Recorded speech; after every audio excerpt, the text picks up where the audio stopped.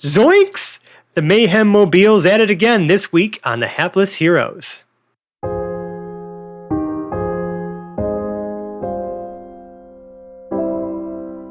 All right, so Hedrick is in fact a dance machine.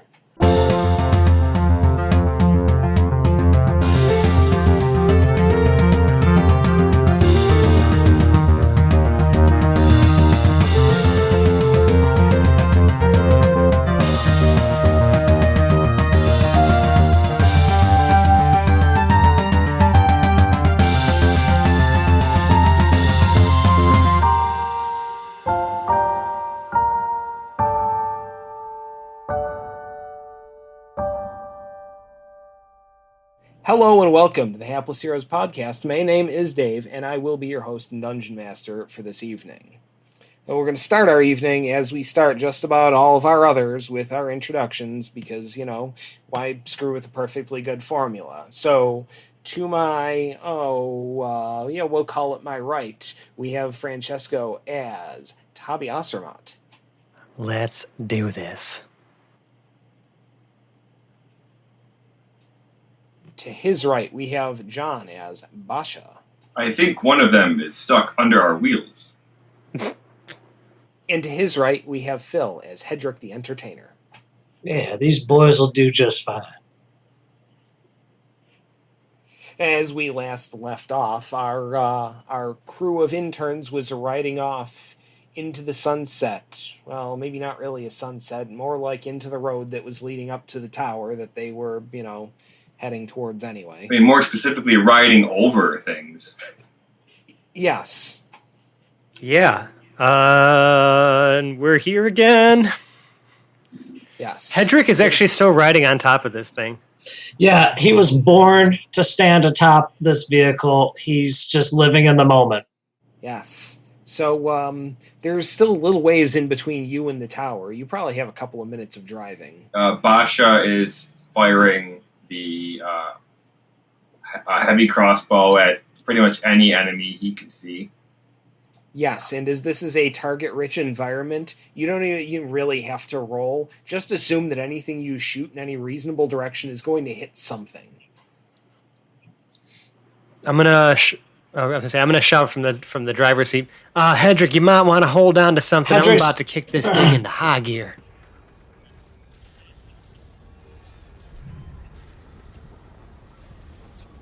Hey, did either of you guys get wounded significantly?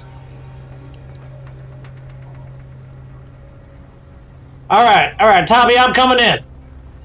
And he's just going to swing around, feet right into the shotgun, and then he's going to turn around to Basha, who's in the sidecar seat. And he's going to cast a Cure Wounds on him, just the first level. D8 plus my... spellcasting mod. Okay. Very nice. Yeah. All right. That's 8. 8 hit points back.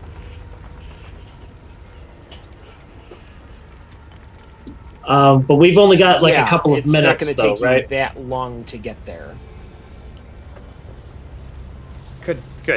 Well, I'm going to put this into a bit of a faster clip. All right, and you are able to get it to something of a faster clip. The engine probably has more in it than even this, but traffic conditions do not necessarily permit. Things have gotten a little more sparse than they were when you first started going, but there are definitely a number of these automata up and down the street here. I will go out of my way to smash them, yeah. Yeah, at that point we're probably dragging a couple. Like we got one stuck under the bumper, one's on the back, just kind of like bouncing. Yep. Oh yeah. No, this was definitely from the same school of thought as created the Canyon Arrow from the old fake ads on The Simpsons. Like this thing is several lanes wide of just, fuel chugging disaster going down the street. Gross. Love it. Yeah, it can, especially now that it's up to speed, it can run over reasonable numbers of these automata. Read one at a time. You start trying to run over too many, you're probably going to, gunk up the wheels and slow down. But any one at a given time, you're able to clip just fine. Sounds good. But yeah, I want to make it our way towards the front where we saw the people that we were actually trying to sort of reinforce. Yes. So as you are driving, some things you notice. You are headed north towards the large entrance at the south of the Lighthouse of Legerdex. The sort of position, if you will, is on a slightly elevated hill just to the west of that, like still up against the edge of this gigantic lighthouse, but slightly elevated and just off the road. Coming from the east, so from your right towards your center ahead, seems to be a much denser and larger column of these these automata that are approaching the tower. How many? Many. Lots. Oh. So not like a hop out and take them on kind of. No. No, more of a definitely a column that seem to be making a play for the door. What kind of, I would say, is there any difference in the terrain from what we're driving on and they're marching on? They're marching across some, rockier, hillier grass, whereas you have a straight shot on paved road right to the tower there. Okay. They are admittedly much closer to the door than you are, as you can see them in your field of view as you're looking right at it, even though you're still a few minutes of driving away. Is there any way we could position the vehicle to hamper their movement? Like if we were to pull in front of them? I think that would be a death sentence for us and the vehicle. Not necessarily for us, but maybe the vehicle. Okay, I mean, we just built this thing. Let's not sacrifice it so willingly. Well, you'll be able to sort your willingness out for yourselves, but I would say that if you really gun it, you could probably get to the door the same time as the front of that column gets there. If you are really willful about it.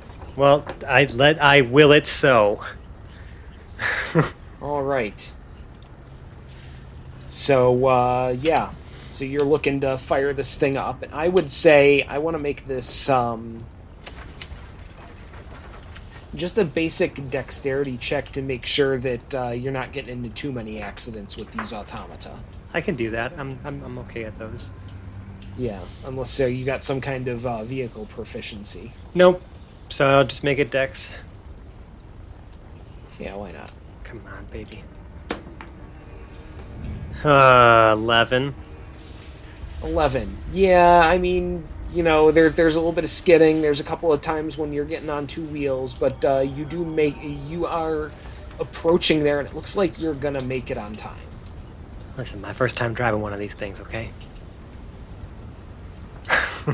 So just to kind of cover the rest of the party, let's see, Basha, what are you up to now? As we're getting, he's going to continue firing the heavy crossbow as long as he can. When it seems like it's not really serving the same purpose, or if we're going to getting closer to the group that we're driving towards, he would probably bring the sidecar back in to the overall vehicle. That's smart. Yeah. 1 second, I just need to look one thing up real quick. That's fine. I actually need another beverage. Yeah, I'll do one.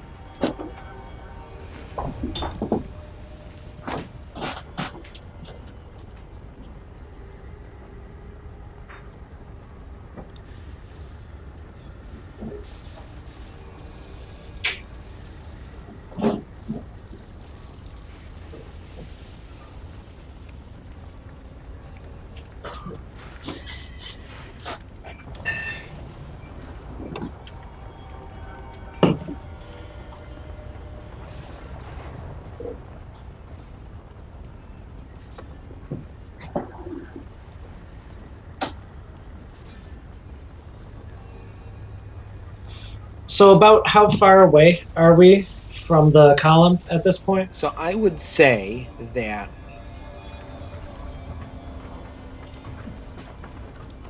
it looks like our two paths are just going to intersect at the entrance. Yeah, and I would say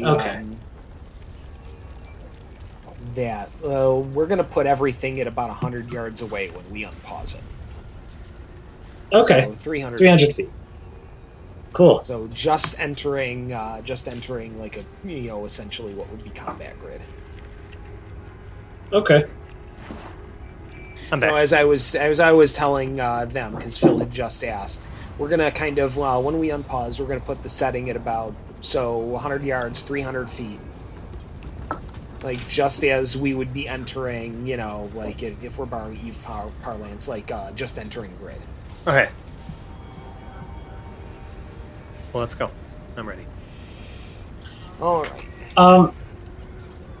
Do there appear to be any other distinguishing foes in the column, or are they all rather uniform? Okay, so as we're approaching what would be about 300 feet away from the door and the column, like it's all kind of coming together as a bit of a triangle here. You do notice that there appear to be maybe something larger or showing some sort of rank that's in the middle of this pretty large group. Can we see like, at all what it looks like? Yeah. So you're kind of able to look in the middle of this large mass, but whatever it is seems to be sitting a good, almost half their height higher than the rest of these automata, and it is. You're not quite sure if it's a being or a construct of its own, but what you can tell is that it wears a very ornate helmet, and that whatever armor it has a lot of space on the side for 6 arms, 3 on each side. Oh god! This thing's 12 feet tall with 6 arms. Yes. Great. Cool. And it seems to have a very odd gait. Yeah, compared to everything else. You can't tell if it's just making really long strides or what, but it's got a really smooth movement to it. Hedrick is playing a tune, and this is all like muscle memory for him, like breathing. He's playing, and he's looking to Tabi and Basha. And just himself, he's looking until we get a little bit closer, until we're about 240 feet away from that big guy. Okay, so kind of closing in at about 240 now. You can notice the big guy is leaning down, like he might be talking to something else down there. My goal here is to essentially put the the mayhem machine, the battle wagon, whatever you want to call it, right, in between the people, the actual living people that we are driving towards at the front of this tower, and those automata, to provide at least some kind of cover. That's kind of where I want to position it, because then we can hop out and like do whatever business we need to do to buy some time for our friends inside and for the people out here. But that's like I want to try to afford. I kind of put this in a defensive position, like, as soon as I can. More of just, like, having a large structure that's armored in front of people. I like your style, Tabby. What say you we get in the thick of it? When we're out here in range, I'm going to play something, and hopefully that big fucker over there can hear me. I haven't slowed down, brother. Basha, how about you? Sounds like a plan to me. You ready to sling some of them bolts?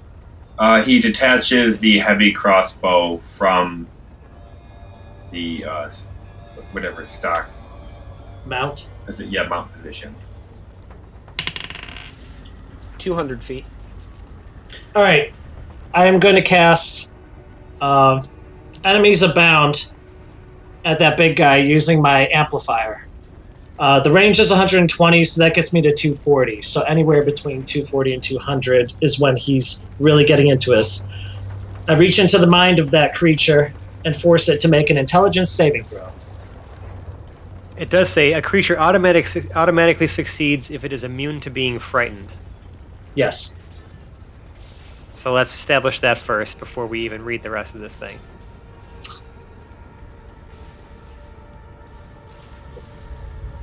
Let's see. That is let's Condition. Yep, it does not have a condition immunity to frightened. Okay. So But that is a we would consider that to be a spell or other magical effect that I'm making a save against, though, right? that is correct. Yep. Good. Then I will make it an advantage. Ooh. It's got magic resistance. Intelligence And save. how does an unnatural 20 look against? Oof. That beats it. It's 18. That's a big oof. Alright. Okay. Like the idea, though. Great spell. I actually have that one, too. Well, that's you can tell like Hedrick's frustrated, and he is not really pleased that his music draws an effect, whether it's happiness or whatever desired effect he chooses. And he glances over and he goes, "Damn, I gotta tune this up." And he's tuning up his lute, thinking that it was his instrument rather than his casting. Yeah, you really missed your target audience there. Yeah. Meanwhile, the enemy column comes to a halt. Like they just stopped marching? Yes, like they came to a dead stop right by the road, and it looks like there's some sorting out going on in there, perhaps.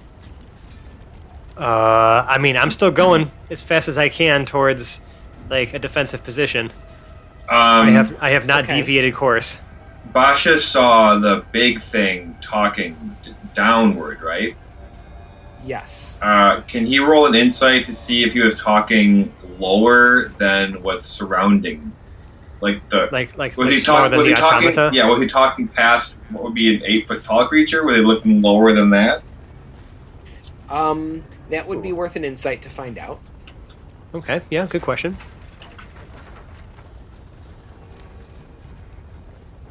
Are you going to make that check to attempt to find that out? Yep, I rolled a 19. A 19 is definitely good enough that he was talking to maybe not quite at the height, but just below it maybe. Like, not like super low. He wasn't trying to talk to like a gnome or anything down there, but you know, something of a reasonable height. But it's tough to tell. You can't quite make it out amongst the throng. Does the sidecar go up or down, or is it just side? It's just out to the side. Okay. It doesn't go up or down. Okay.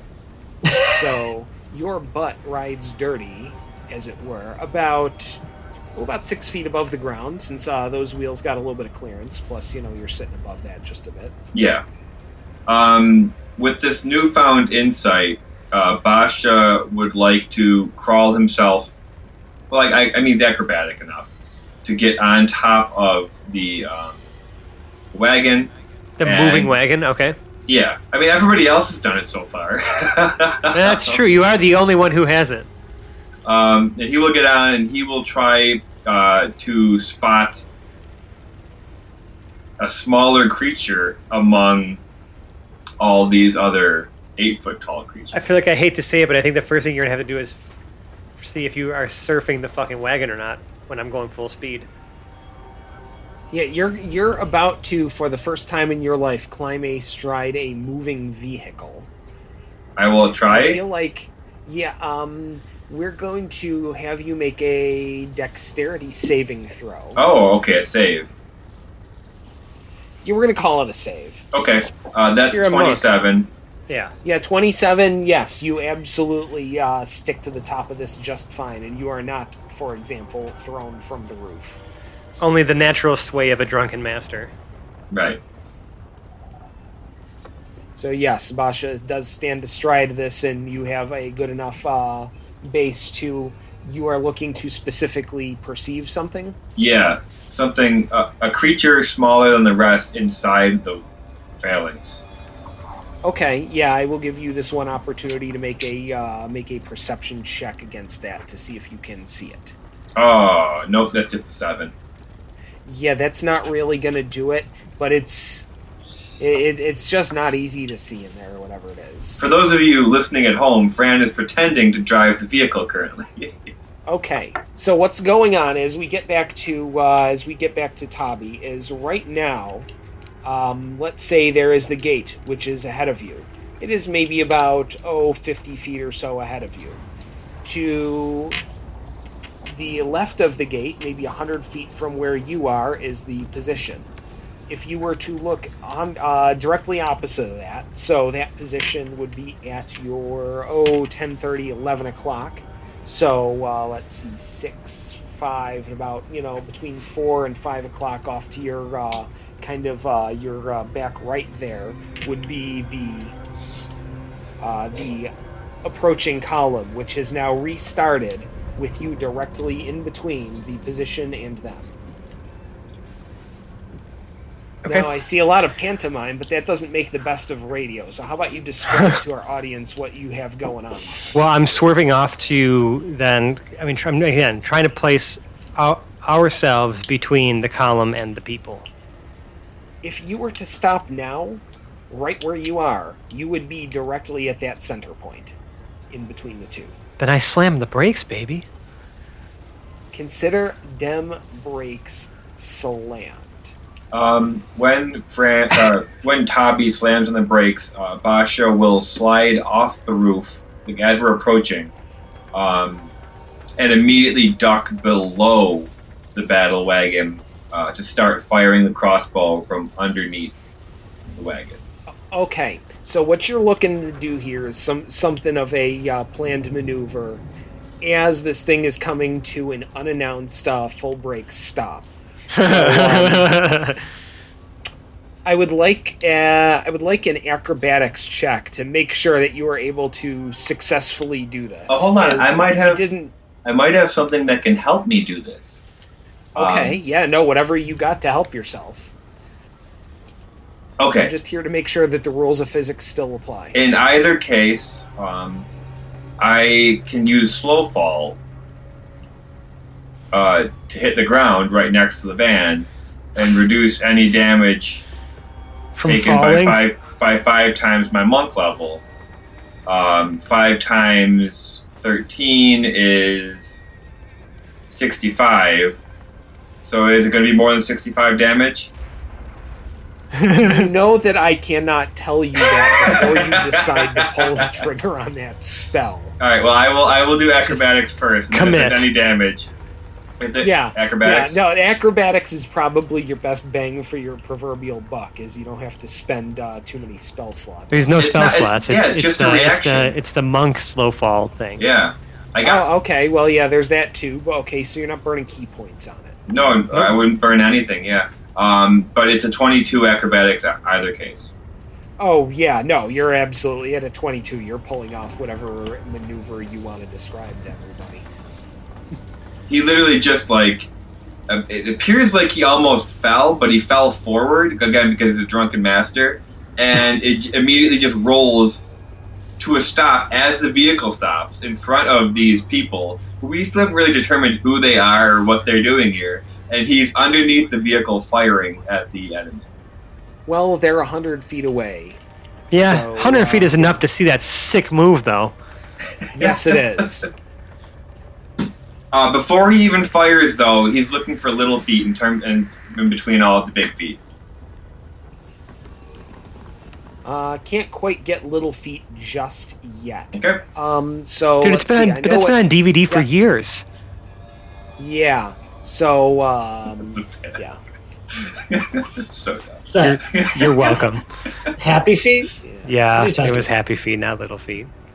Yeah, Littlefoot was Land Before Time. That's Yeah. a different kind of story there. Yeah, it's got a whole different vibe to it. Yeah, don't it?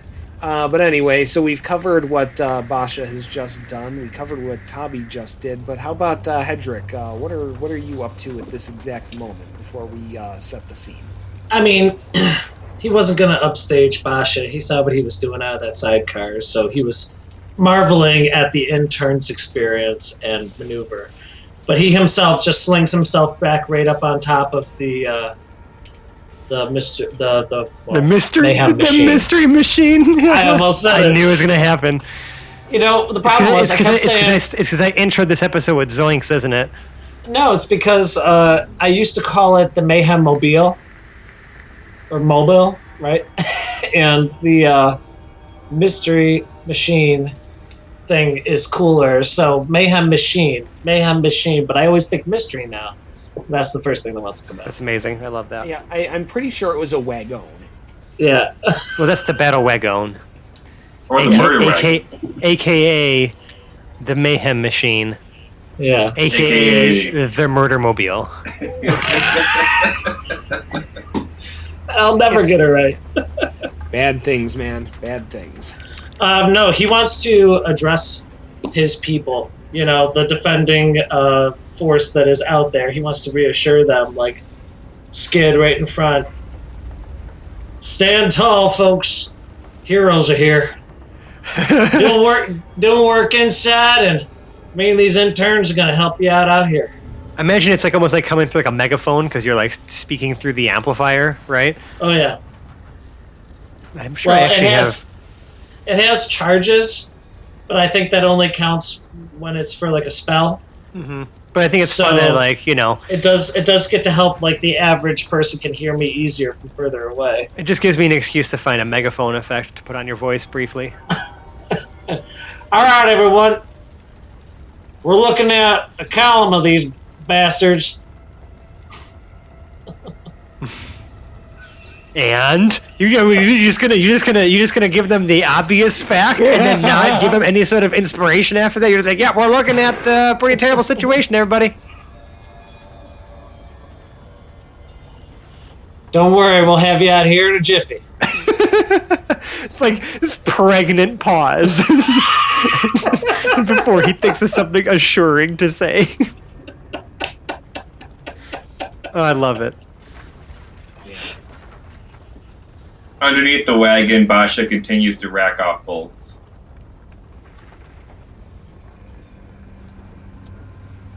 He's just firing. He's just fucking firing. Like, he didn't even stop to think.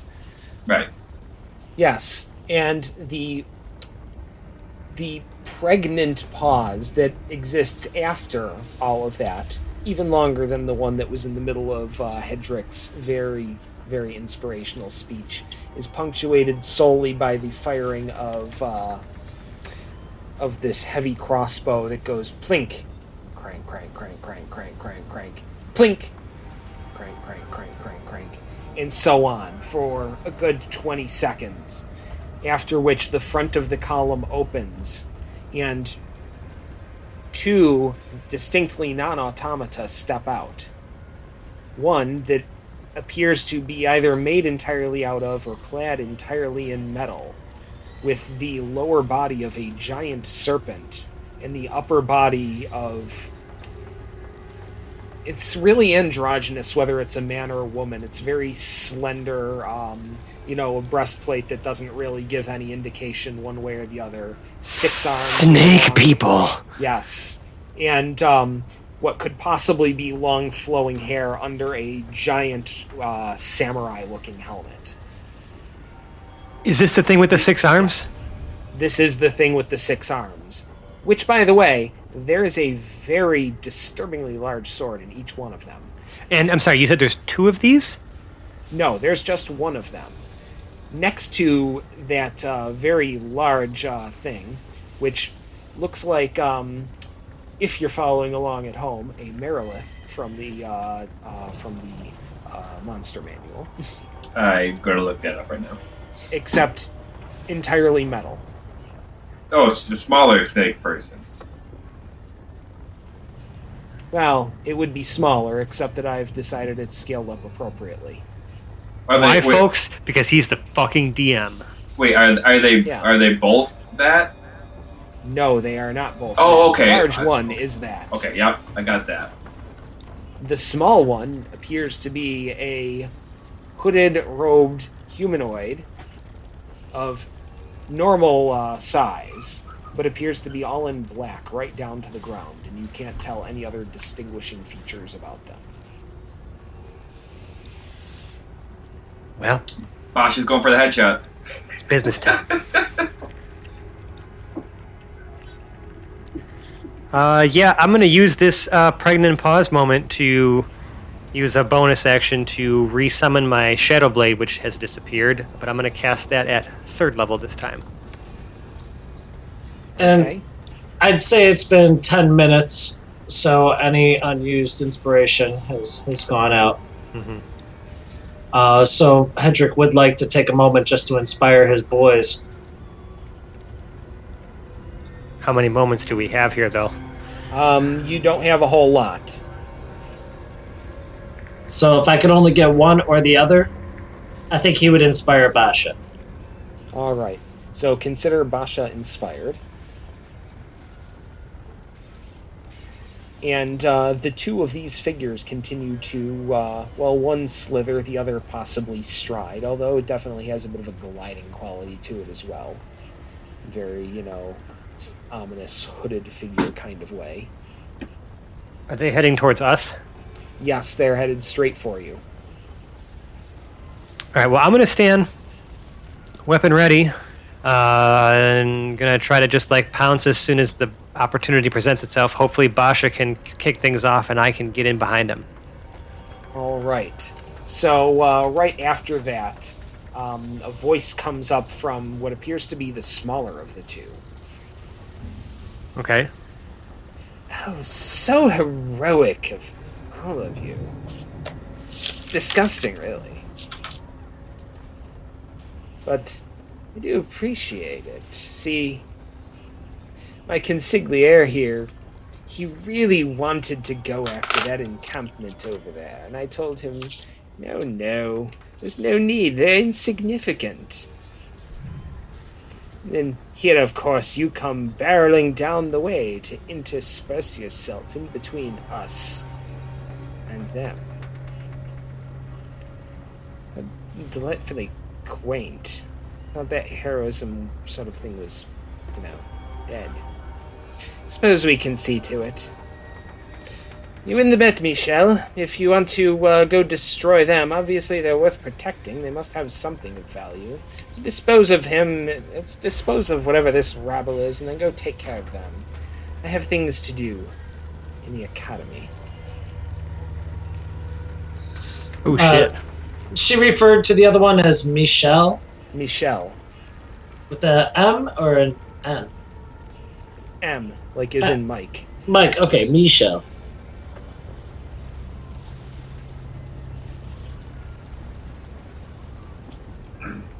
All right. Well, The large creature makes a grunting noise and starts striding purposefully towards you.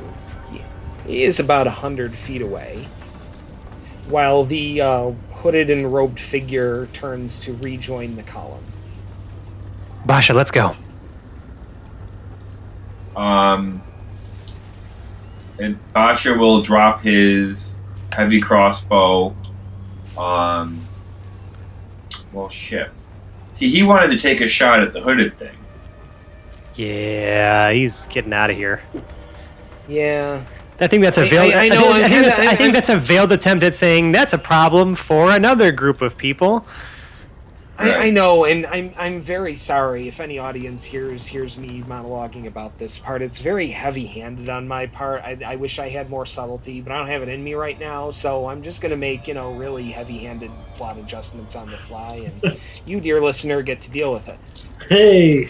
Flunky is on the way in, and the main big bad guy, who's very obviously been telegraphed as a main big bad guy, is off to do something with our main party. Such is life. Deal with it, listeners. Okay, so But really, who gets to deal with it are the three of you. we're fighting Michelle, the snake person. Yes. The metal snake basically being. Yes. But how far away is this guy? 100 feet? We're at about 100 feet, Okay. where I give you the three words that you've all been dying to hear. Okay. Roll for initiative. Yeah. Oh, I thought it was made you sandwich. You'd rather hear me tell you to roll for initiative than make you a sandwich. Wow. You've never had my sandwich. Fucking just shitting on your own sandwich making ability there, brother. I'm sorry. I'm more of a baked goods kind of guy. Okay, so it's going to be monsters first, then Hedrick, then Tabi, then Basha, and so we are at about 100 feet away. I would like to know what kind of marching order and or organization that you three are in, and relative to the cart. I mean, I'm right next to the cart. I just exited the driver's seat. And Hedrick is standing atop. You are atop the cart, okay, and Basha, where are you in relation to the cart? Basha is beneath the cart and has just dropped the heavy crossbow. Beneath the cart. Okay, good. Our enemy is 100 feet from the front of the cart, and we are on to the turn of our enemy. And let's see, first thing we're going to do is teleport. Let's see, and that has a range of 120 feet, so it is going to teleport to right next to our Tabi, who's just outside of the cart. That was the biggest mistake you ever made, friend.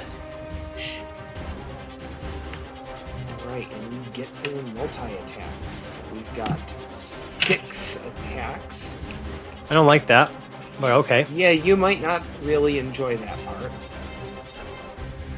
And Hedrick, how long does that the temporary HP from your last that's gone? Indefinitely. We have not. Oh, good. If you still have it, if I you do. still have any of those hit I points, haven't taken any damage. Yeah, they're still good. We have not rested. This has been encounter after encounter. Let's see. How about a 16? How's that do against your armor class? My AC is 17. Okay, so that's a miss. 5 more to go. Let's see. Hit. Give me the damage individually for each attack when you're done with them all, because I have a thing I can do to one of those. Okay, so you've got 4 hits and 2 misses. So let's see. The first one is going to be for 13 slashing. Okay, keep going. Let's see. Second for 10 slashing. Third for 7 slashing. And fourth for 7 slashing. Well, I should have done it on the first one, but I'm going to use Uncanny Dodge to have the damage from the last attack. Okay.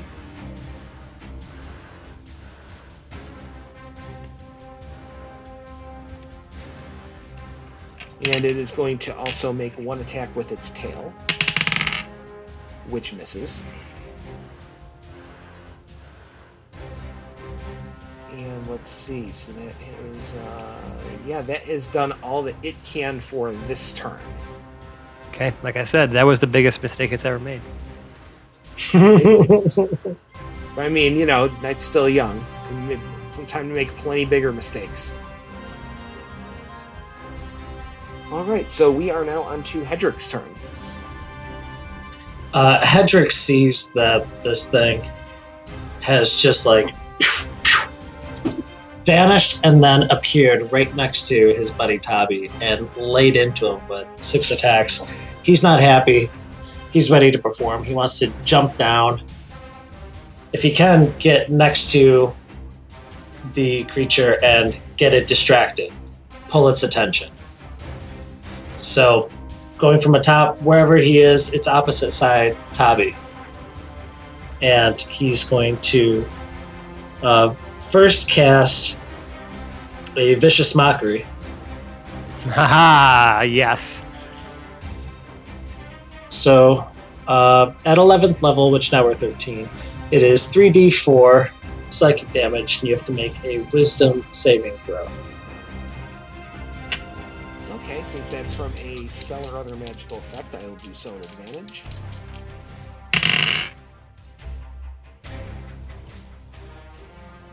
Let's see, that is going to be a 27. Wow. Okay. Very smart, very good at saving. Bonus action. I'm going to Tumbling Fool, take the dash, and disengage. So, how much would you say, how much distance was it to get down to the bottom of the thing? From the top to the bottom is 10 feet vertically. Okay.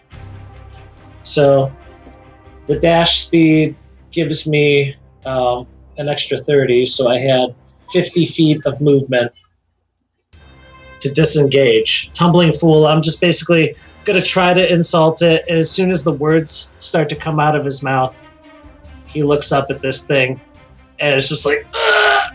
and starts to just try to make as much motion as he can. So he's cartwheeling in a pattern, probably away 50 feet, probably puts it, if I could, 30 feet to the right of this creature. Okay, so I can have you 30 feet off to the right. Alright.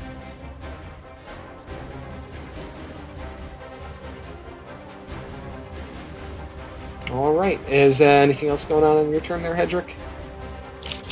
That was my action, my bonus action, and my move. Alright. And he just wants to say, you forgot the first rule. Never split the party. And he's going to smile, looking at Tabi with just a glint of murder in his eye. And All right. So, yeah, Tabi, it's on to you. All right, so first thing I'm going to do is take my shadow blade, raise it over my head, and you're going to see me make like some weird almost like I'm tutting with my left hand. You know what I mean? Like some strange like sort of gesticulation, and then run my hand along the shadow blade, and it sets a flame with green flame. Green flame. green flame. And I'm going to make a melee weapon attack against this thing with that. That's going to be 19 to hit. A 19. So, let's see. That would normally hit, and I am going to use a parry reaction to add 5 to AC to that, and parry that first attack away.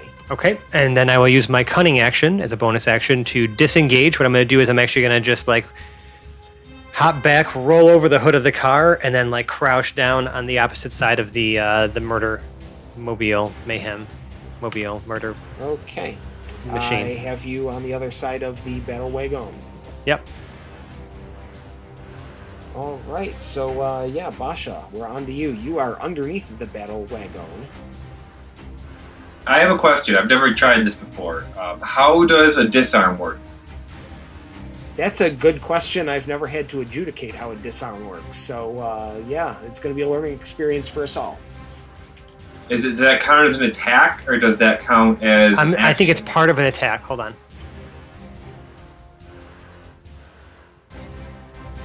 Where do you see that, by the way? Because of my nunchaku, the target has disadvantage on saves versus being disarmed. That's part of that weapon that I have. Right, but do you have any effect that actually will disarm them?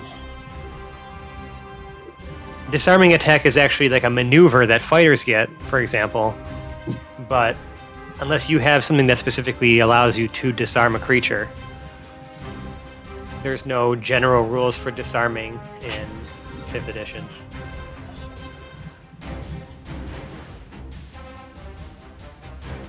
Well, it's not an attack, though. Oh, there's an optional rule in the DMG for disarming. You can use a weapon attack to knock a weapon or another item from a target's grasp. The attacker makes an attack roll contested by the target's strength or athletics. It's an athletics check or acrobatics check. So if the attacker wins the contest, the attack causes no damage or other ill effect, but the defender drops the item. The attacker has disadvantage on its attack roll if the target is holding an item with 2 or more hands. I mean, not really. It's just holding one item in each hand. It's got 6 fucking hands. Right. But yeah, you can essentially make an attack roll. You're not going to do any damage on the hit, but you can cause it to disarm. You can cause him to be disarmed with one weapon. But again, no damage. It's and just for reference, that rule is on page 271 of the Dungeon Master's Guide. And then it could also use its movement to pick him up. An action to pick up its weapon. to pick it up and re-equip it. But you can only disarm one of the 6 fucking swords it's wielding. Even though I have 2 attacks. Okay, so you could disarm 2 of the 6 fucking swords it's wielding. And then I could use Fury of Blows to kick it twice in the face. Okay, I mean, yeah, that's technically true, I think.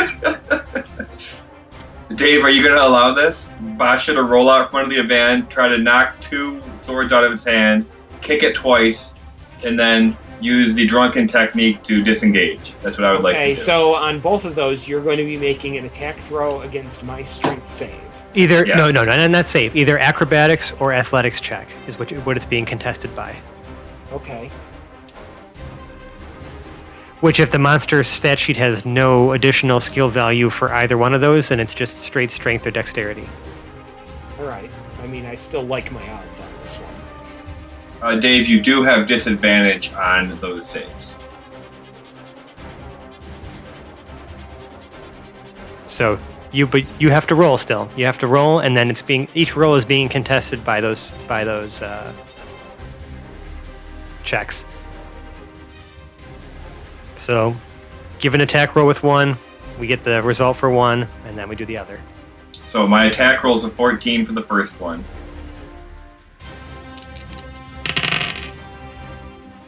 Let's see, I have so 10 plus 5 is at 15. Okay. You just barely squeaked by that one. And the next one, I have an 18. Yeah, so I will fail the check and I will be disarmed on one of them. Okay, and then I will kick you twice in the face. All right, make your kicking attack.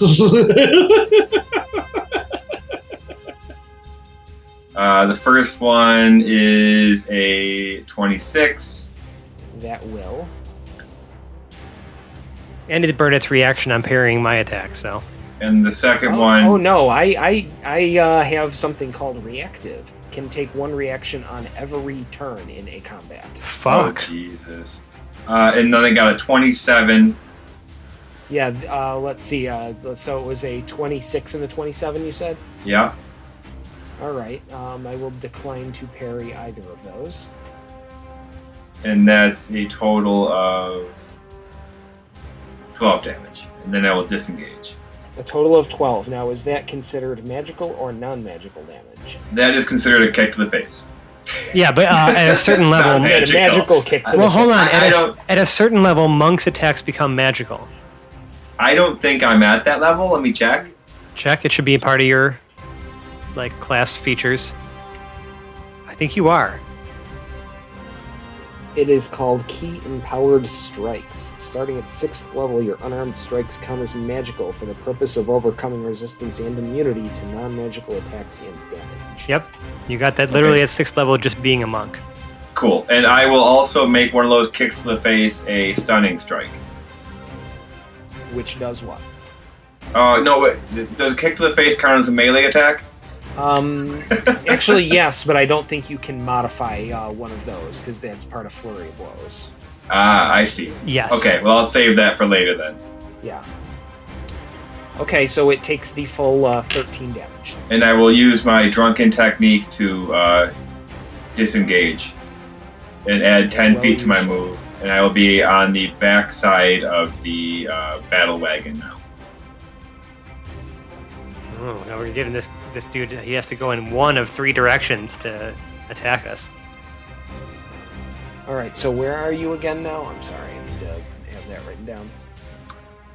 I'm at the back of the battle wagon, and Tabi is at the passenger door. Is that correct? Yep. Yes, and Hedrick has run his self a little ways away. Scampered away like normal. I was thinking. I got down on the passenger side and swung out in front, 30 feet in front of the vehicle. So I'm kind of pinned between, being on the outskirts, this thing in the middle, and then Tabi. So I'm essentially in the middle of, he's probably closest to me, but I'm ducking behind the wagon, so he can't actually see where I'm crouching.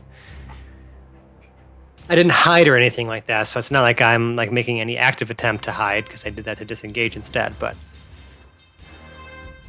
it's going to be up to you, the enemy, to decide which way they want to go. is also missing one sword. We'll solve this the good old-fashioned way with a d6. And, our enemy has decided to head out and pursue Hedrick. And is going to make its move, which is over 30 feet easily. And slither on over, and it's going to start by making its first attack with its tail. Great. I'm gonna stab Which is a 25 against armor class. Oof. Yeah. All right. Now, what size class are you, by the way? Medium.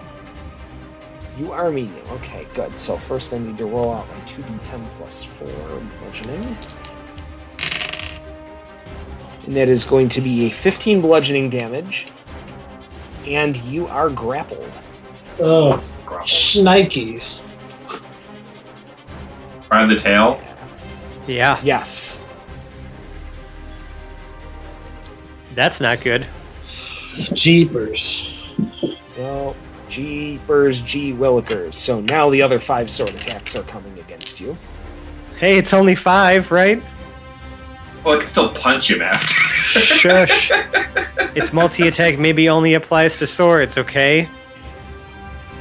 Yeah. So what armor class am I swinging against, by the way? 15.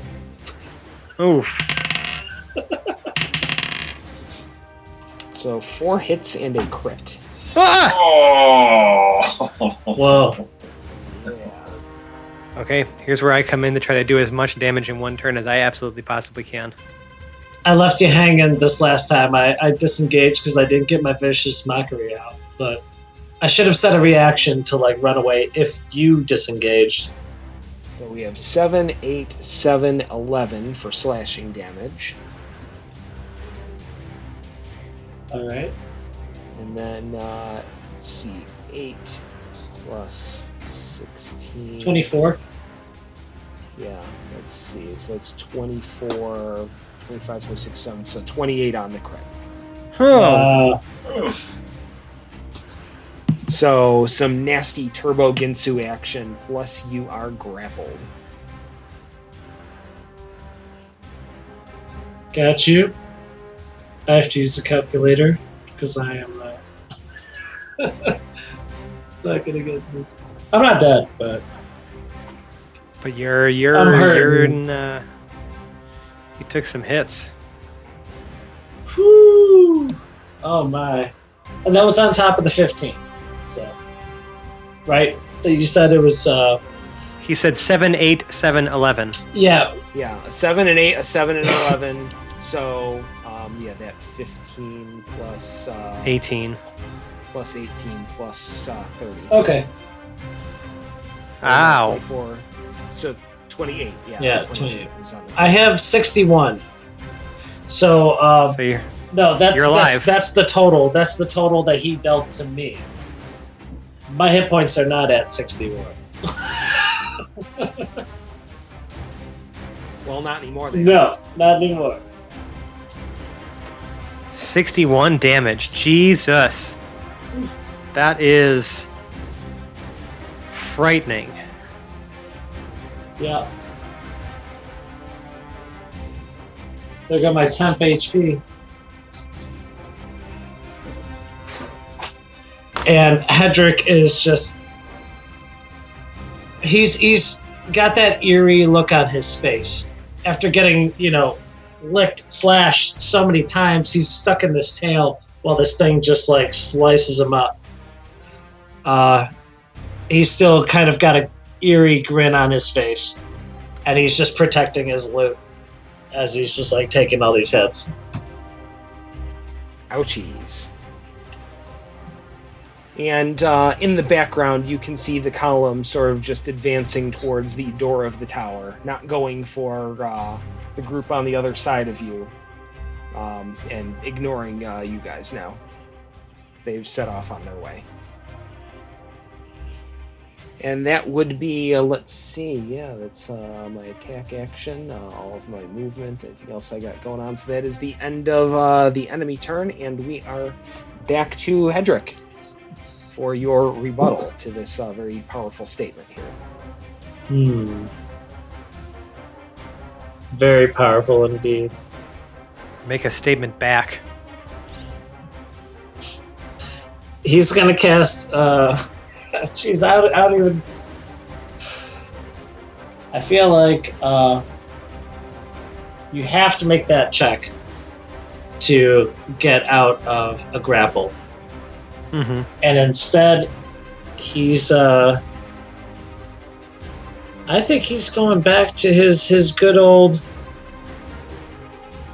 He's gonna try to beguile. Oh God, dude. I don't know. I mean, like at this point, he's stuck in this tail, and he's Yeah, but we have to kill it. And the moment one of us hits it, that's over. Yeah. It's made out of metal.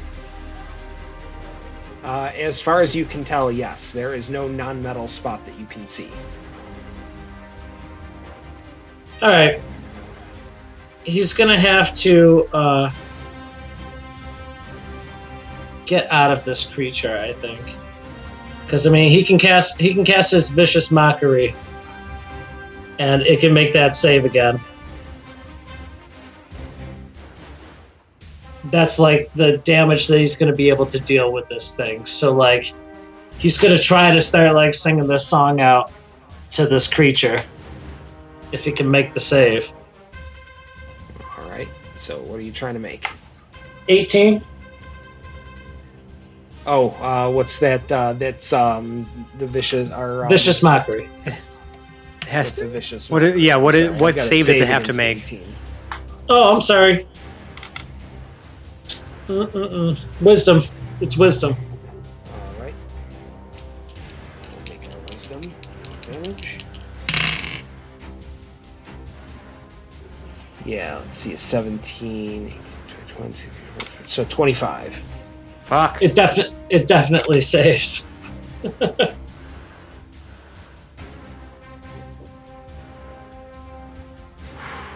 coming to save you, Hedrick.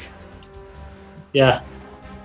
I'm not going to be able to handle This another one transgression after will that. not stand. Yeah. Just looking to see if I have bonus actions here. Because I know I have one more bardic inspiration. And I think that's the last ditch. When he sees his vicious mockery doesn't work and the words are not cutting at this thing, he's leaning over and looking over to Tabi.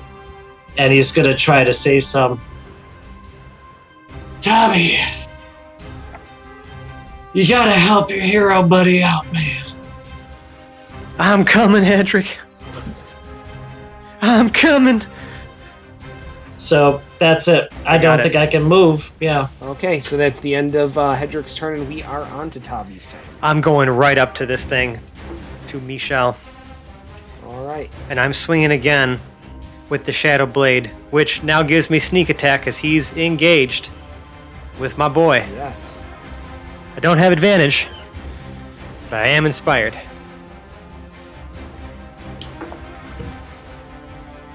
Okay. We're gonna add the Bardic Inspiration to that.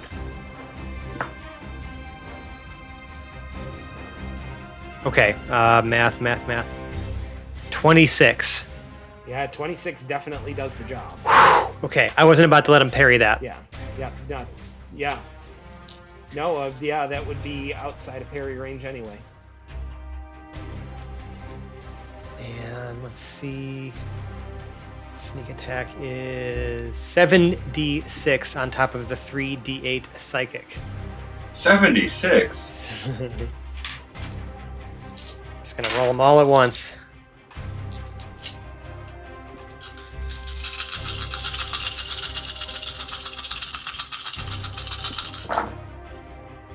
So that's gonna be 18 psychic damage just from the Shadow Blade.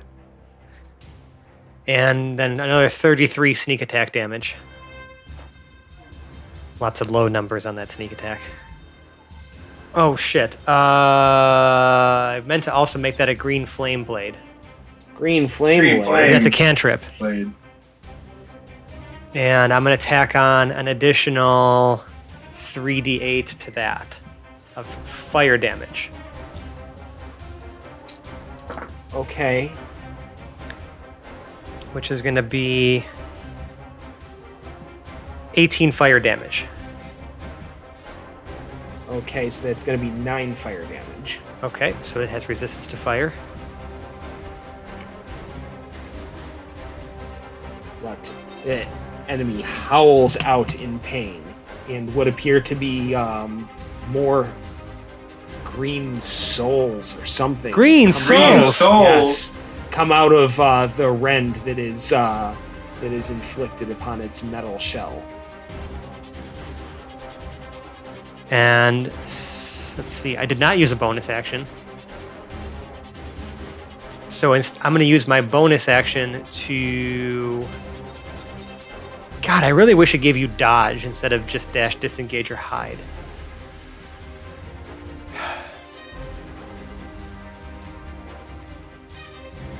I'm going to stand right there. I want to give him another target besides Hedrick. I am not using my cunning action. All right. I need... So is there anything else that you are trying to do with your bonus attack? My bonus action? Actually, technically, I can make an offhand attack with that, can't I? Yeah, I believe you can make the bonus attack. So I'm going to do that with my +1 rapier. Fuck it. Well, let's go all in on this bad boy. 17. A 17 will not get it done. That is okay. It was a worthwhile attempt, and that is going to be the end of your action economy then, Tommy? That would be. All right, Basha, we are on to you. You are probably about 40 feet away from the action right now. All right. Well, Basha has a move speed of 50, and he will hit twice with his nunchucks. All right, Basha will barrel in and attempt to hit twice with the nunchucks. What the hell? This was the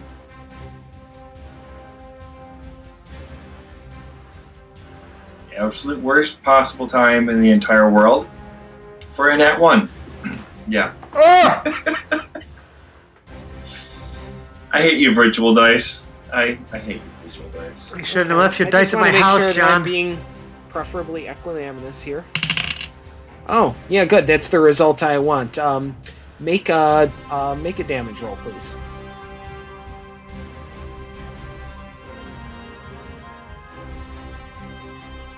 Seven. Good. You take that 7 bludgeoning damage, Hedrick. Ouch! Come on. That's all I got to do. Yeah. No, that on that nat 1, that's a nat 1. The other one, what did you get on it? I'll let you continue to roll out your attack rolls. Okay.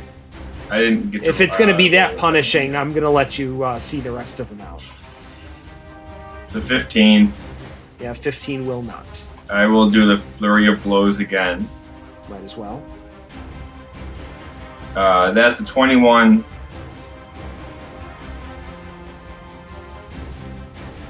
And a 24. The 21 is going to get parried. The 24, however, makes it through just peachy. Okay.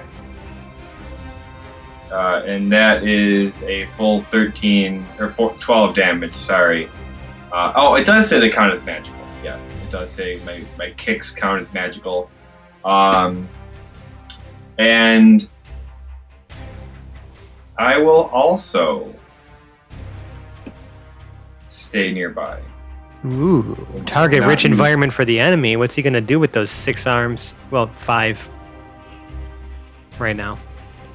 Yes.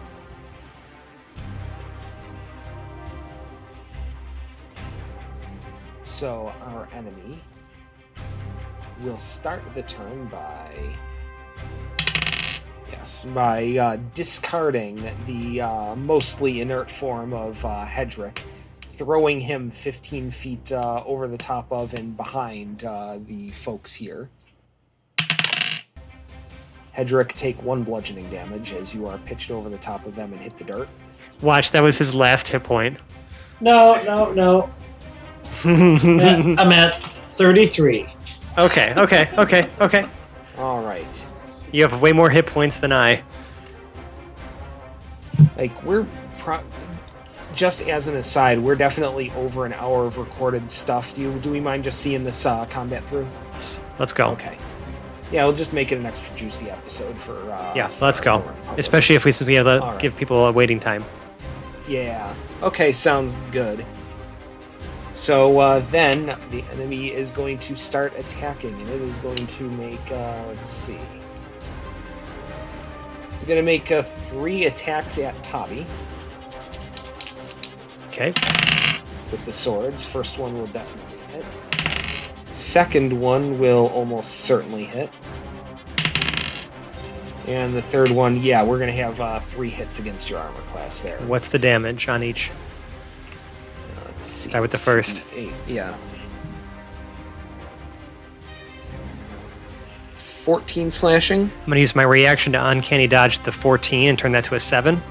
Sounds good. 13. Mm-hmm. And 10. Okay, I definitely picked the right one to have. So that's 30 damage. Okay, still standing. Yeah. Still standing. Got 30. If out of 73, I'm feeling it about a 36. All right. So the other 2 attacks plus the tail are going to be coming at Basha. And let's see, that's going to be a 20 hits against your AC, correct? Yes. Ooh, and on the second attack, we have the nat 1. Where great success comes great failure. Thank Valen. Thank Valen for that one. Thanks, Valen. Yes. And let's see, the enemy will bobble that other sword and is now deprived of 2 swords. Good. And then will attempt to attack with the tail and miss. Good. Okay. Let's turn the tides here. I think that's about all they have. It did hit though, right? The first hit did. Yeah. I didn't take any damage yet. I'm going to be fair on that. Oh, the first one did hit. Okay, yeah, you're right. And it did 9 slashing, by the way. These were the hazards I was expecting that were going to happen. I was going to forget to carry a number somewhere in here. I could have just, gotten away with not taking any, but probably. I'm going to be honest on that.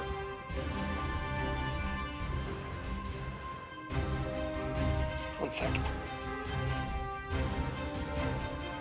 There we go. Okay, dropped dice is recovered, and we are on to we're on Hedrick's turn. Oh, he is still pissed off at this thing. Blood just like pouring out of his mouth. He stands to his feet. And I think he's going to mislead. Standing where he is, his form will turn into an illusory double simultaneously. He turns invisible. And yeah. Somewhere Jarrell shudders. Yeah. It's gonna look like he's just like standing to his feet and like restringing his lute as he's like staring down this thing, and Hedrick's real form, invisible, is going to move around. He wants to get back on top of the mayhem machine. That's his. If it's at a distance, his bonus action gives him that tumbling fool, so that he can get back to a vantage point. But he's hoping that his bloody figure restringing his lute looks like a juicy target. Yeah, enough of a distraction that could lure something away. Yep, good call. You can also send that in, right? If you wanted to. Yeah, but then it's a bonus action for me to switch. Okay. And that means that I could really only switch once per turn. Yeah, no, that makes sense. I'm just checking. Yeah. But you can make it do stuff. Yeah, I can make it do anything. I can make it act, move, behave, speak, gesture, whatever I choose. Cool.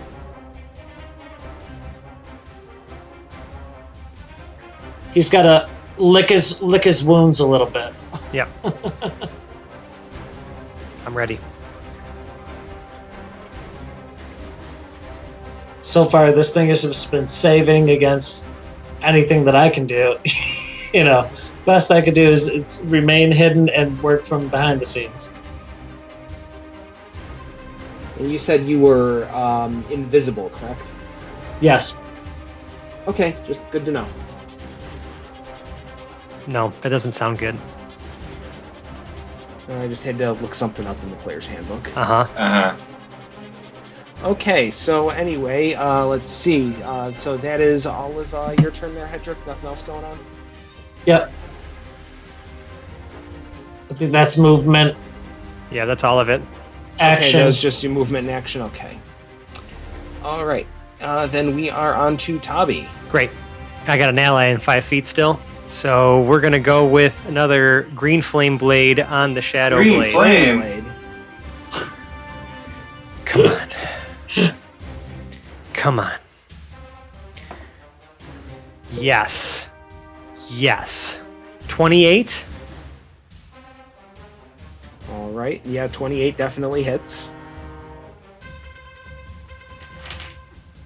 So we start with... Oh, yeah. Oh, yeah. 22 psychic damage.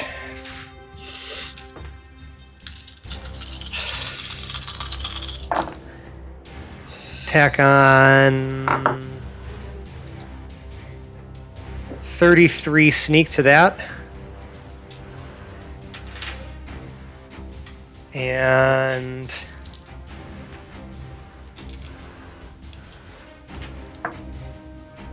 4 fire damage, which turns into 2. All right.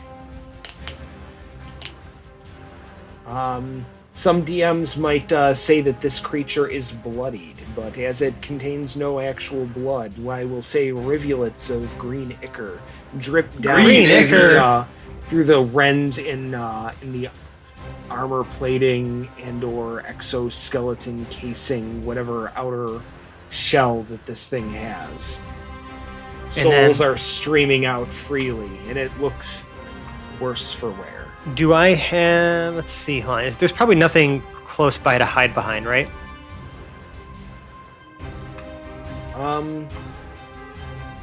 Not that you can see. It's pretty much open road. A lot of the area has been scoured clear by the fighting going on here. Yep, figured. Okay, bonus action to disengage. I'm just going to move 15 feet back because I want to... If he does want to choose to chase me, he's going to provoke an attack from Basha. Okay, so you're 15 feet away in the direction opposite from the battle wagon. Correct. Okay.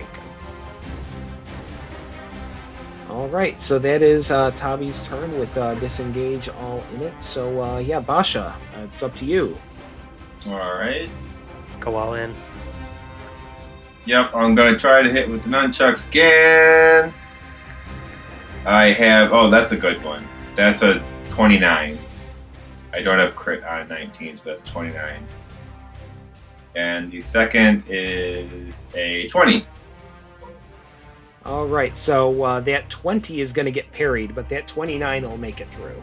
Okay, I'm going to use the stunning strike for that one, All right.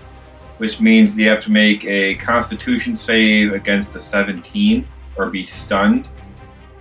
Fuck your advantage on that. That's not magic, baby. Spells and other magical effects, but if we say that that's not magical, and I'll buy that for $1, then we'll just do it normal. And let's see, that was because that's 10 plus 10, so what's that? Oh, 20, yeah, that passes. Fuck. Damn, that thing's... Ugh. So I did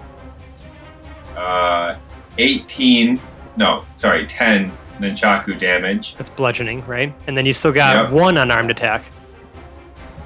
No, I have 2. Oh, right. Yeah, no, you've got the 2 from Flurry of Blows. Well, if he's not using Flurry of Blows, he's got 1. Yeah. First is 14. That's not going to hit. 14 won't. Next is a 26. 26 absolutely will. And that is... just 5 damage. Hey, every little bit counts. You're just chipping away at this thing.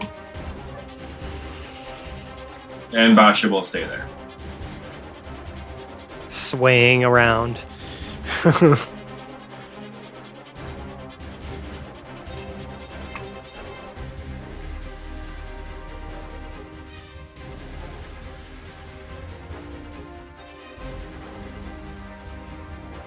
Would you really stand between me and your weakened friend behind you?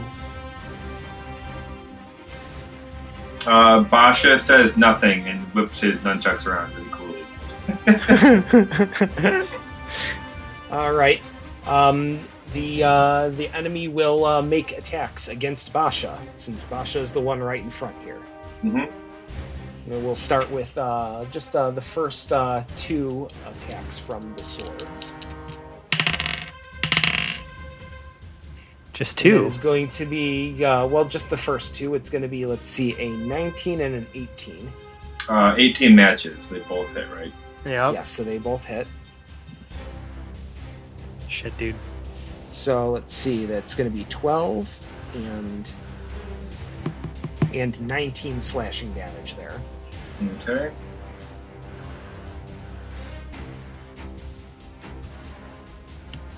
And let's see, then it's going to make the 1 attack with the tail. Mm-hmm. And that is, let's see, an 8 plus 9, that's 17. That's not going to do it, you said. Nope. And then make the last 2 with the swords. And let's see, the first will not. And the second, let's see, a 19 against AC will for 9 slashing damage. Okay. And as the Basha last is barely one, standing. as the last one whizzes by, I hope your strength holds.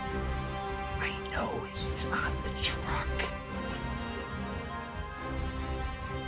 That's comforting. But that is the end of his turn, and we would be on to Hedrick. Hedrick has steeled his reserve, and he stands on the truck. All 40 ounces of it? Well, more like 33. So he is going to drop his concentration on that invisibility and start to play a familiar riff that I know the rest of the crew has heard about. This is the heat metal riff. And he's going to cast it at 7th level. Holy shit. 'Cause he wants to destroy this thing and make sure that the line doesn't even have to deal with this. The rest of the automatons that are like surrounding them are, obviously going to have to be dealt with. He There's is no going to save on it either, because it can't drop its destroy armor. this thing.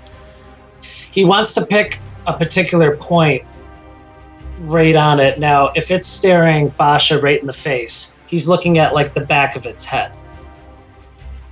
If I'm not mistaken. Because you would be behind Basha, so you're staring at the front of it as well. Oh, okay. As long Well- as you're on the truck. I'll go for the headshot. Apply it directly to the forehead. Yeah. So it starts off with 2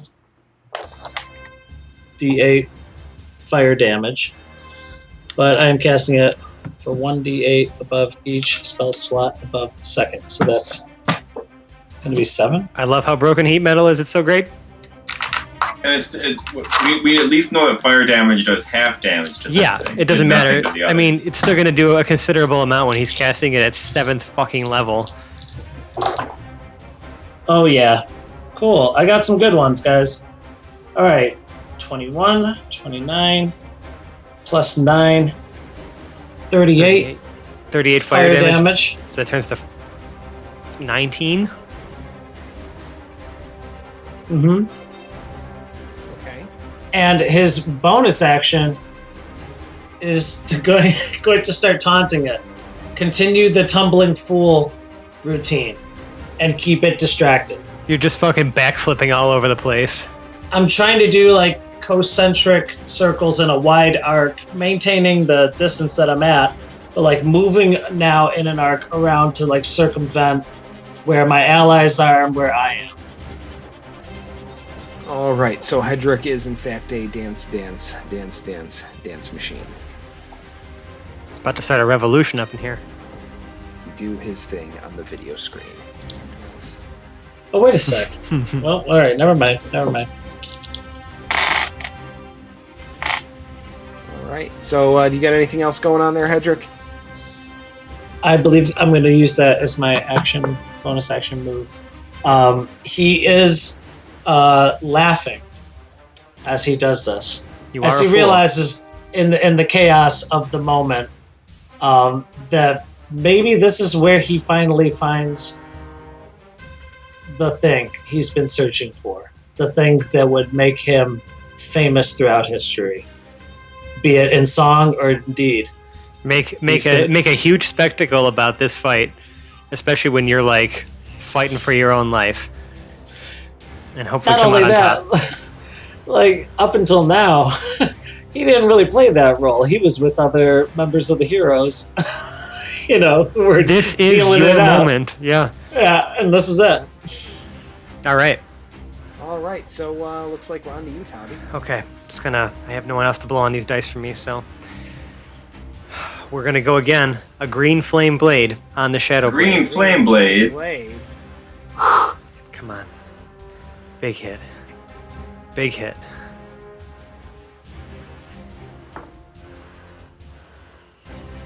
Okay, hold on.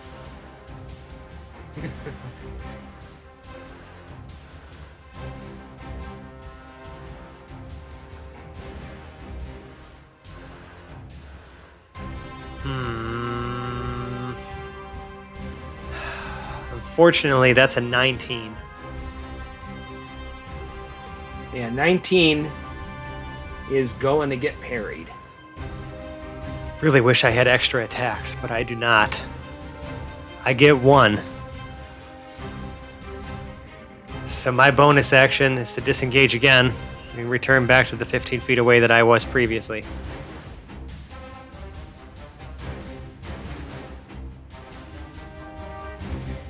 All right, so Tabi isn't able to close it out and has to disengage.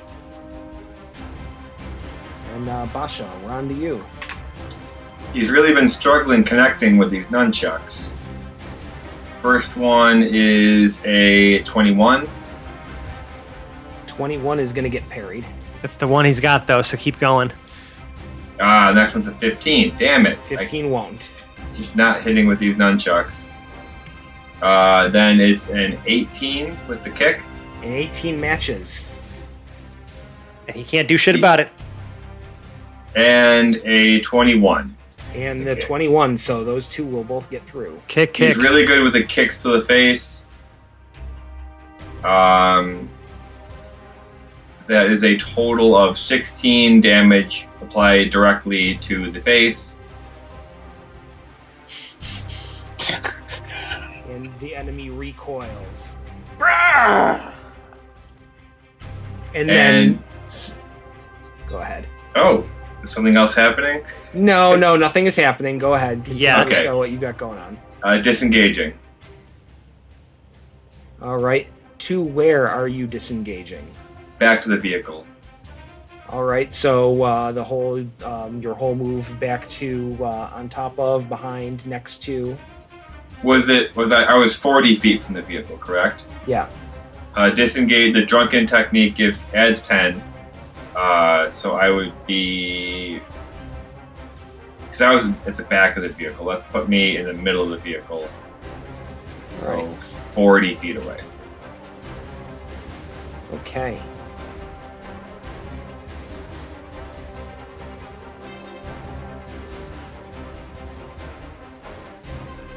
And the enemy snaps their head forward, murder in their eyes and what appears to be molten metal streaming down from a hole bored in the middle of their forehead. Green ooze and souls streaming. Green out, ooze and dozen souls? different cuts all over it.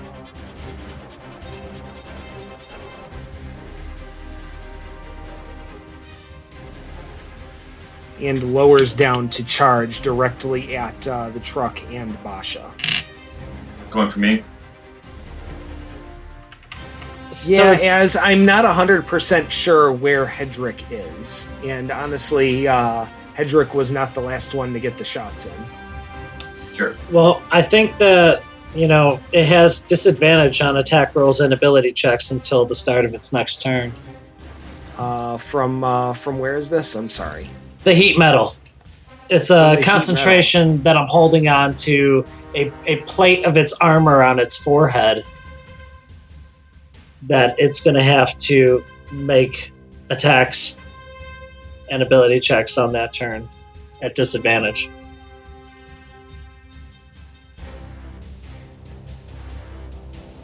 It says until the start of my next turn. Yeah. Yeah, I guess even with the damage resistance to fire, that's not gonna cut it out completely. So yeah, that holds. So it's attacks and ability checks. Well, that's a thing. Yeah, Hedrick's he's used it so many times before. It's got the heat hex. Yeah. I got two things with legitimate aggro beef here. I suppose I should try to sort that out a little more fairly or not. Nope, and it's tails. So yeah, we're charging at Basha, and we're going to start the first one with an attack with the tail. It's at disadvantage, but let's see what we get out of it. Let's see, a 5 plus 9 is a 14 and not going to do the job. Nope. All right, so we start in with the swords. Let's see, that's a miss. And a second miss. Yes. And let's see, 19 on the third one. Oof. That'll hit. And let's see, a 14, 23 on the next. So Those two will both hits. 2 hits out of 5, though. Yeah. Fall then, hero. And it's going to be 8 slashing and 12 slashing. Basha is down. Okay, you're unconscious. And the enemy lets out a scream. And turns their baleful gaze upon Hedrick, who's bouncing around all Hedrick-like. And that will be the end of the Marilith's turn, and it is on to Hedrick. You mean again, I'm yeah. Metal Marilith, whatever, I don't know. Is it Tabi then me? No, Or it's is you. it It's you. Me. Oh, it's you. All right, yeah. I am going to continue the damage. It's going to take 8 d8. I had it wrong last round. Well, and I didn't quite too late roll now. enough. But I thought about it after. So now I get to use a bonus action on each of my subsequent turns to cause this damage again. 38. wow. 38. So another 19 fire damage. Another 19. And I actually rolled the correct amount. Okay, but there's no save against that. That's just damage that happens, correct? Yeah, And the you only said save would be if it was carrying something and I was like focusing on whatever they were carrying. The fact that I'm focusing it on the plate within their structure, their form, if it's metal, I'm heating it up. Well, good. Then you'll be pleased to know it only had 18 health remaining. Oh. Hedrick is doing these like no-handed cartwheels as he's like flipping around in this circle, continuing his tumbling fool, just finishing the circle. He comes around on this riff, and then he slides out onto his knees as this thing like just pours into a puddle in front of him. And that's when you hit the resolving chord of the melody. Heat Yeah. metal! Wow! God damn. And then he looks up to see Basha laying on the ground, and he wants to run to him. So if there's any like movement that he can, that's his next objective. Are we still in initiative? We are now no longer in initiative, as the metal Merilith has been reduced to slag. Well, that didn't really go as planned, but we got him. Let's take care of Basha here. Yeah. Pronto. You do what you make with the healings. I'm gonna pour some water on his face. Okay, I still have some pretty good spells. I'm just gonna do the initial level 1 cure wounds to get him back up and not having to make death saving throws. And I splash water on his face to bring him back to consciousness, to kind of welcome him back to the world as if he's being rebirthed. And he'll receive 12 hit points. Bashi just kind of groans and rolls over, and slowly gets up. Hedrick wipes your forehead and say, welcome back. How's it feel to be a hero?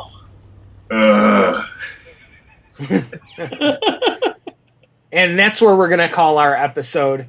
Everyone, thank you so much for joining us on this lovely adventure with our interns, and it brushed with actual and non-intern-like mortality, or whatever it is that I ran them headlong into and subjected them to. But if after all of this you somehow still like us, we can be found on the internet. We're in such places as Reddit/r/Hapless Heroes Podcast. We're on Twitter and the Gram at Hapless Heroes. We can even be found on Facebook. Search for Hapless Heroes Podcast. Every single one of those places will have a sticky or some other sort of post with an indication, and that will take you to the crown jewel of our internet presence, our Discord server, where you can meet and hang out with and interact with us on a daily basis, as well, we're always accessible there. It's what Discord's there for. And more important than us is our burgeoning community of like-minded folks who like D&D and D&D podcasts, and for whatever reason like listening to us. And we've got a heck of a community there. We'd really love for you to come join us. It's a good positive experience, and we really like it. And I'm just rambling about it. So if you really like us, you could leave us a 5-star review on the podcast service of your choice. If you're listening to this, I trust that you have found a podcast service and that you have chosen this, and that you probably know better how to get to the review portion of it than I could tell you how to get to it, because I honestly don't know your podcast service all that well. I barely know ours. You can also just even email us at haplessheroes@gmail.com, or even just shoot us a message on Facebook. We're there too. And I want to say that Brittany actually reached out to us on Facebook recently, just said that she loves the show and we've been keeping her sane during quarantine. Well, tell you what, Brittany, this has been keeping us sane during quarantine too, for those of us who could still record this show. And she also mentioned that she's like, I'm on episode 51 where you mentioned Felix's height, and I realized that he is the same height as my 6-month-old daughter. Best visual ever. Wow. Yeah. It's true. He's about 2.5 feet tall. So that checks out. We don't always really sell the height differences that are going on. Right, but they're stark. And also, as a follow-up, she also said that she's like, I'll swear I'll send pics. My 3-year-old wants to be Hoblet for Halloween. Oh wow. Oh, that's beautiful. We're gonna have another little smasher running around. That's amazing. Thanks, Brittany. Whenever you get to this episode, you're fucking amazing. You have proven yourself time and again to be a 5-star human being. 5 stars. 5 stars. If you really, really like us, you can donate to our Patreon. Patreon.com/haplessheroes. Haplessheroes.com/Patreon, because I sound really smart. We have a variety of reward tiers, from the simple attaboy, you guys are awesome, to how best to put this, access to the old Hoblet notebook with the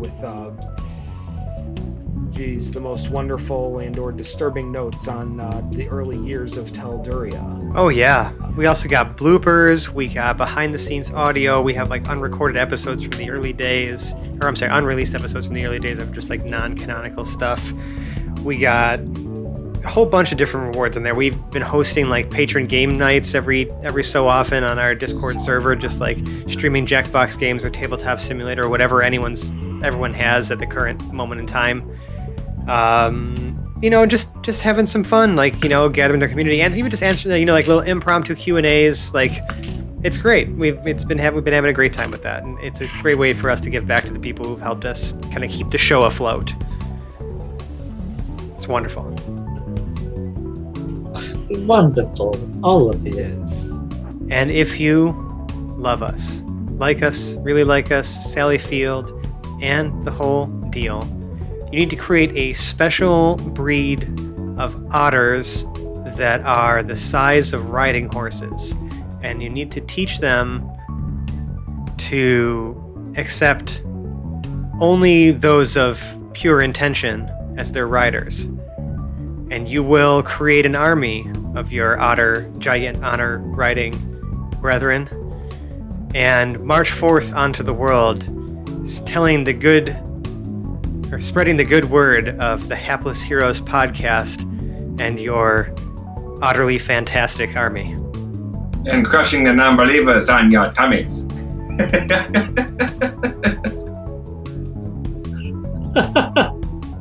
All right, folks, there's only one way out but out, and the way out here is for me to outro our cast, and we're going to start from my left with Hedrick the Entertainer, played by Phil. All right, now let's get up and regroup. See how those fellers are inside. To his left, we have Basha Ironback, played by John. Did we win? I think we won. And to his left, we have Tabi Asramat, played by Francesco. We did it, fellers. We did it. My name is Dave. I have been your host and Dungeon Master for this evening. Thank you so much for joining us this week. We'll see you next time. Bye-bye now. Bye. Oh. Goodbye. Adios. Goodbye.